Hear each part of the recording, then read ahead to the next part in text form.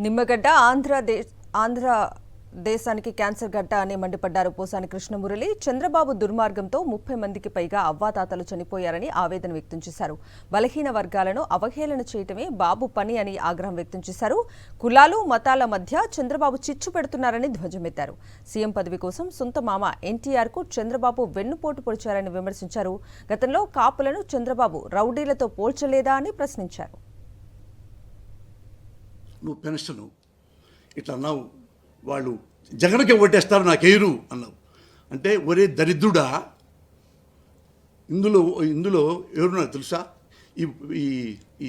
ఈ పెన్షన్ తీసుకునే వాళ్ళు పేదాళ్ళలో, వాళ్ళలో కమ్మాళ్ళు లేరా, వాళ్ళలో కాపులు లేరా? ఇదే వికలాంగుల్లో టీడీపీ పార్టీ వాళ్ళు లేరా, జనసేన వాళ్ళు లేరా? వాళ్ళు కూడా జగన్కి వేస్తారా? ఎక్కడికి పోయిందిరా? ముఖ్యమంత్రి అయ్యావు, 14 ఏళ్ళే ముఖ్యమంత్రి పదవి చేసావంట. అందులో అన్ని కులాలు ఉన్నారు, అన్ని మతాలు ఉన్నారు. ఎవరు ఇష్టం వచ్చినట్టు వాళ్ళు ఓటేసుకుంటారు. ఓన్లే కమ్మ వాళ్ళకి పిచ్చినిస్తే జగన్కి ఓటేస్తారా? టీడీపీ ఒక పార్టీ కార్యకర్తకి జగన్ ఓటేస్తాడా? నీకేసుకుంటాడు కదా ఓటు. ఆ జ్ఞానం కూడా లేదా? ఆ బుద్ధి కూడా లేదా? ఇప్పుడు ఎంతమందిని చెప్పావు నువ్వు? 30-40 మందిని చెప్పావు. ఇంకా 40 లక్షలాది ఈ పింఛన్దారులు మెంటల్లీ హ్యాండిక్యాప్డ్ కానీ ఫిజికల్ హ్యాండిక్యాప్డ్ ఏడుస్తున్నారు రోడ్డు మీద పడి. మీ నలుగురు నాశనం అయిపోతారు. ఈ వాలంటీర్ వ్యవస్థ మీద పడి ఏడుస్తున్నారే, నాశనం అయిపోతారు. నేను ఆంధ్రప్రదేశ్ ప్రజలందరికీ చెప్తున్నా, ఓటర్లకి అందరికీ చెప్తున్నా, వీళ్ళు 60-70 లక్షలు ఈ వాలంటీర్సు ఈ పింఛన్దారులు మళ్ళా జగన్కి ఓటేస్తారేమో చెప్పేసి దాని మీద కనుబడి వాడు అక్కడ ఉన్నాడు. నిమ్మగడ్డ అదొక ఆంధ్రదేశానికి క్యాన్సర్ గడ్డ.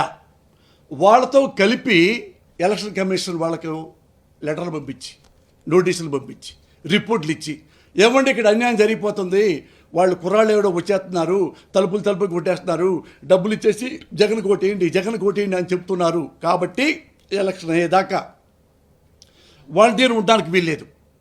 ది గ్రేట్ నారా చంద్రబాబు నాయుడు గారికి జైల్లో ఉంటే సంబంధిత అధికారులు, పెద్ద వాళ్ళు, వ్యవస్థలు అయ్యో నారా చంద్రబాబు నాయుడు గారికి ఏసీ లేదంట. మనవాడు మాత్రం బ్రహ్మాండంగా ఏసీ పెట్టించుకున్నాడు, ఇంట్లో అన్నం తింటున్నాడు, సకల సౌకర్యాలు జైల్లో అనుభవించాడు. వేరాస్ 66 లక్షల మంది ఈ లబ్ధిదారులు ఎండ, వడదెబ్బ, గాల్లో 30 మంది ఎండలో నడవలేక వెళ్తుంటే, మంచాల మీద తీసుకెళ్తుంటే, సైకిళ్ళ మీద తీసుకెళ్తుంటే 30 మంది పైగా చచ్చిపోయినా పర్వాలేదు, వాళ్ళకి ఆడకు వస్తేనే పింఛన్ ఇవ్వాలి. అది నారా చంద్రబాబు నాయుడు గారి కోరిక. ఎందుకు కోపం ఈ 60 గుడ్డోళ్ళ మీద? వీళ్ళు నాకు ఓటేలా పోయినసారి జగన్ గడికి వేశారు ఓటు, అందుకని వీళ్ళంతా చూస్తా అని కుంటి లేదు, గుడ్డి లేదు, లెపరసీ లేదు, సెంటిమెంట్ లేదు, మానవత్వం లేదు. ఇది ఒక నారా చంద్రబాబు నాయుడికే కాదండి, దీంతో పాటు ఇంక 3 ఉన్నారు చంద్రబాబు నాయుడు మనస్తత్వం ఉన్నవాళ్ళు. 1 నారా చంద్రబాబు నాయుడు, 2 బాలకృష్ణ గారు, 3 నారా లోకేష్ గారు, 4 అబోవ్ ఆల్ పవన్ కళ్యాణ్ గారు. నారా చంద్రబాబు నాయుడు ఎక్కడ వెళ్ళా కానీ ఎస్సీ అంటే లేదు అతనికి, చాలా కోపం, అసహ్యం. చూశారు కదా టీవీలో, ఎస్సీలో పుట్టాలని ఇవ్వడానికి కోరుకుంటాడా? అప్పర్ క్యాస్ట్లో పుట్టాలని కోరుకుంటారు. మాలాగా కమ్మ క్యాస్ట్లో పుట్టాలా? వాళ్ళ మనుషులు ఎస్సీలు మాది సోదరులు కులాలు కాదు అంటరాని వాళ్ళు దేనికి పనికిరారు. ఇవి ఒక రాజకీయ నాయకుడు పబ్లిక్గా ఆంధ్రప్రదేశ్లో అన్ని కులాలు, అన్ని మతాలు అనదములా కలుస్తున్న ఈ సమాజంలో ఎస్సీయా ఛీ, ఎస్టీయా ఛీ, బీసీ ఛీ, ఉద్యోగాల్లో పనికిరారు, మా కమ్మాళ్ళే పనికొస్తారు అంటే మా కమ్మాళ్ళ అగ్రవర్ణం. ఇది ఎట్ట పబ్లిక్గా ఎస్సీ తిట్టి ఎస్సీలని ఇంకా ఇక్కడ గర్వంగా బతుకుతున్నాడంటే ఎలాంటి సమాజాన్ని తయారు చేశాడో నారా చంద్రబాబు నాయుడు మీరు తెలుసుకోవచ్చు.